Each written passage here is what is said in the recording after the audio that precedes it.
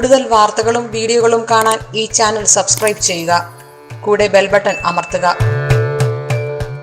Case, വ്യവഹാരം ഇവയിൽ വിജയം നേടുന്നതിന് കേസ്, വ്യവഹാരം, പോലീസ് കേസ്, കോടതി വ്യവഹാരങ്ങൾ, സ്വത്ത് തർക്കങ്ങൾ, ഇങ്ങനെ നിരന്തരം പ്രശ്നങ്ങളിൽ ഉഴലുന്ന ആളുകൾക്ക് അതിനൊരു പരിഹാരം എന്നോണം എന്താണ് നമുക്ക് വിജയം നേടാൻ സാധിക്കുന്നത്? വർഷങ്ങളായിട്ട് സ്വത്ത് വ്യവഹാരം, സിവിൽ കേസുകൾ അല്ലെങ്കിൽ ബാങ്കുമായിട്ടുള്ള കേസുകൾ ഇതൊക്കെ നടത്തി വളരെയേറെ ദോഷപരമായ കാര്യങ്ങളും ദോഷമായ ദുഃഖങ്ങളും അനുഭവിക്കുന്ന ആളുകൾക്ക് വിജയം നേടുന്നതിനായിട്ട് ഇനി എന്ത് തന്നെയാണെങ്കിലും ഒരു കാര്യം പറയാം, വ്യക്തമായിട്ട് നിങ്ങൾക്കൊരു പ്രശ്നത്തിൽ നിന്ന് പരിഹാരം വേണം, മുക്തി വേണമെന്ന് ആഗ്രഹിക്കുകയാണെങ്കിൽ അതിന് കണ്ടെത്തുന്ന പരിഹാര കർമ്മങ്ങൾ അല്ലെങ്കിൽ ദോഷശാന്തി കർമ്മങ്ങൾ നിരന്തരമായിട്ട് നിങ്ങൾ അതിനെ നമ്മളിലേക്ക് കൊണ്ടുവന്ന് അത് നമ്മൾ ആചരിച്ചാൽ മാത്രമേ നമുക്ക് ഈ പറയുന്ന കാര്യങ്ങൾക്ക് ഇതിപ്പോൾ കേസിനും വ്യവഹാരത്തിനും മറ്റ് പരിഹാരങ്ങളുമായിട്ട് പറയുന്ന ഒരു ദോഷശാന്തി കർമ്മം അത് നിങ്ങൾ ചെയ്ത് അത് നിരന്തരമായിട്ട് നിങ്ങളുടെ ജീവിതത്തിൽ പ്രാവർത്തികമാക്കിയാൽ മാത്രമേ നമുക്ക് എന്തുണ്ടാവുള്ളൂ, ഈ പറയുന്ന കാര്യങ്ങൾക്കൊക്കെ ഒരു ശാശ്വതമായിട്ടൊരു പരിഹാരം ഉണ്ടാവുള്ളൂ. അല്ലാതെ എന്തെങ്കിലും പറഞ്ഞു 2 ദിവസം ചെയ്തു, 3 ദിവസം ചെയ്തു, 21 ദിവസം ചിലവരോട് ചില പരിഹാരം ചെയ്ത് കഴിയുമ്പോൾ പറയും 21 ദിവസം നിങ്ങൾ ആ മന്ത്രങ്ങളൊക്കെ ഒന്ന് ജപിക്കൂ, 21 ദിവസം നിങ്ങൾക്ക് അതിന് ശക്തി വരട്ടെ എന്ന് പറയും. ഇനി അഥവാ 21-ാം ദിവസം അത്രത്തോളം ശക്തമായിരിക്കും അവരുടെ ദോഷങ്ങൾ. ആ 21 ദിവസം ജപിക്കാൻ പറഞ്ഞ് വിട്ട് കഴിഞ്ഞാൽ അവരെന്ത് ചെയ്യും? കറക്റ്റ് കലണ്ടറിൽ മാർക്ക് ചെയ്തിട്ട് 21 ദിവസം അവരത് ജപിച്ചുകൊണ്ടിരിക്കും.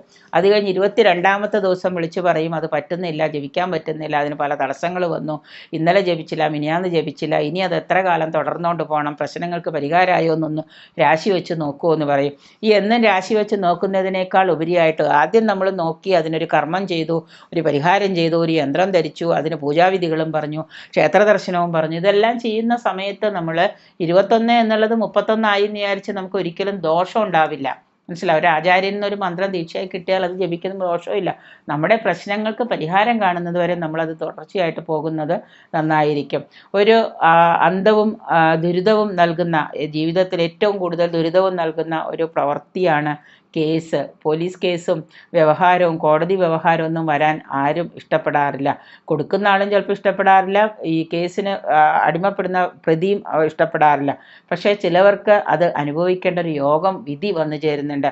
വ്യവഹാരം വിധിവശാൽ വന്നു ചേരുന്നു എങ്കിൽ ആ വ്യവഹാരങ്ങളെ നമ്മൾ എന്താണ് സത്യധർമ്മ സ്ഥാപനാർത്ഥം വേണ്ടി വരുന്ന ചില കാര്യങ്ങൾക്ക് വേണ്ടിയിട്ടാണ്.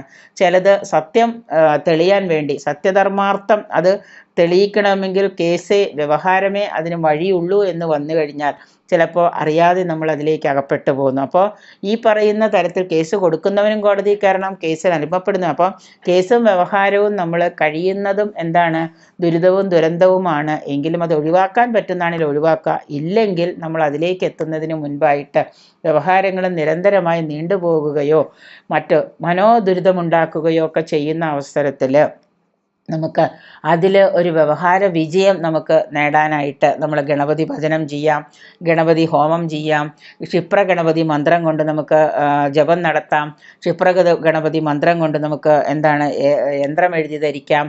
ഇതൊക്കെ തന്നെയാണെങ്കിൽ തന്നെ ഉച്ഛിഷ്ട ഗണപതി മന്ത്രം കൊണ്ട് നമുക്ക് വേപ്പിൻ ചമത കൊണ്ട് 1008 രൂപക്ക് ഒരു ഉപാസകനെ കൊണ്ട്, ഒരു കർമ്മിയെ കൊണ്ട് ഹോമം ചെയ്യിക്കാം കേസ് മാറാനായിട്ട്. ഇങ്ങനെയൊക്കെ ചെയ്യുമ്പോൾ വളരെയേറെ സ്വാത്വികരായ രീതിയിൽ നമ്മൾ ഇതിനെയൊക്കെ ഫോളോ ചെയ്യുന്നതിനോടൊപ്പം തന്നെ സൗന്ദര്യലഹരിയിലെ 76-ാമത്തെ ശ്ലോകം, എൻ്റെ അറിവിൽ എൻ്റെ ഒരു ക്ലയൻറ്റ് ഒരു പ്രാവശ്യം ഞാൻ ഈ പറഞ്ഞു കൊടുത്ത കാര്യങ്ങൾ ചെയ്യുകയും ഈ കർമ്മങ്ങളൊക്കെ ചെയ്യുകയും പിന്നെ ഈ സൗന്ദര്യലഹരിയിലെ 76-ാമത്തെ ശ്ലോകം അയാൾ നിരന്തരമായിട്ട് 36 തവണ വീതം 6 മാസക്കാലം ജപിക്കുകയും ചെയ്തപ്പോൾ സുപ്രീം കോടതിയിൽ അയാൾ തൊഴിൽപരമായിട്ടൊരു കേസ് പോലും ഒഴിഞ്ഞുപോയി എന്നയാൾ എന്നെ വിളിച്ച് പറയുകയുണ്ടായി, എൻ്റെ ഒരു അഡ്വൈസ് പ്രകാരം. അപ്പോൾ അതുകൊണ്ട് സൗന്ദര്യലഹരിയിലെ 76-ാമത്തെ ശ്ലോകം ജപിക്കുക, ഈ പറയുന്ന കർമ്മങ്ങളൊക്കെ നമ്മൾ ചെയ്യിക്കുകയും അത് വിധിയാവണ്ണം നമ്മൾ ആ വിധി പോലെ തന്നെ നമ്മൾ കാര്യങ്ങൾ തുടർന്നുകൊണ്ട് പോവുകയൊക്കെ ചെയ്താൽ എത്ര വലിയ വ്യവഹാരമാണെങ്കിലും എത്ര വലിയ കേസാണെങ്കിലും നമുക്ക് തീർച്ചയായിട്ടും അതിനൊരു ശാശ്വതമായിട്ടൊരു പരിഹാരം കിട്ടുമെന്നുള്ളത് ഉറപ്പാണ്. പറയുന്നവർ പറയും ചിലപ്പോൾ ഇതൊക്കെ വെറുതെയാണ്, ഇതൊന്നും പറയുന്നവർ എന്തുകൊണ്ടാണ് എന്ന് വെച്ച് കഴിഞ്ഞാൽ ഇതിനെ ഫോളോ ചെയ്യാൻ, ഇതൊരു ഡെഡിക്കേഷനായിട്ട്, ഇതൊരു ത്യാഗമനോഭാവത്തോടെ ഭക്തി നിർഭരമായിട്ട് നമ്മളിലേക്ക് ഇതിനെ ചെയ്തെടുക്കാനായിട്ട് ബുദ്ധിമുട്ടുള്ളത് കൊണ്ടാണ് ഇവരൊക്കെ പറയുന്നത് ഇത് സാധ്യമല്ല എന്ന് പറയുന്നത്. പക്ഷെ അനുഭവസ്ഥർ പറയുന്നു ഇത് സാധ്യമാണ്, തീർച്ചയായിട്ടും ഇതെല്ലാം നമുക്ക് ഒഴിഞ്ഞു പോവുകയും ചെയ്യും. അപ്പോൾ അതുകൊണ്ട് കേസ് വ്യവഹാരം, കോടതി, പോലീസ് കേസൊക്കെ ഉള്ളവർ, പൊറുതിമുട്ടിയിരിക്കുന്നവർ ഈ ഒരു രീതിയിൽ പല കാര്യങ്ങളും നിങ്ങൾക്ക് ശാശ്വത പരിഹാരം കിട്ടാനായിട്ട് തിരഞ്ഞെടുക്കുക. തീർച്ചയായിട്ടും നിങ്ങൾക്ക് ഇതിലൊരു വിജയം ഉണ്ടാകും എന്നുള്ളത് ഉറപ്പാണ്.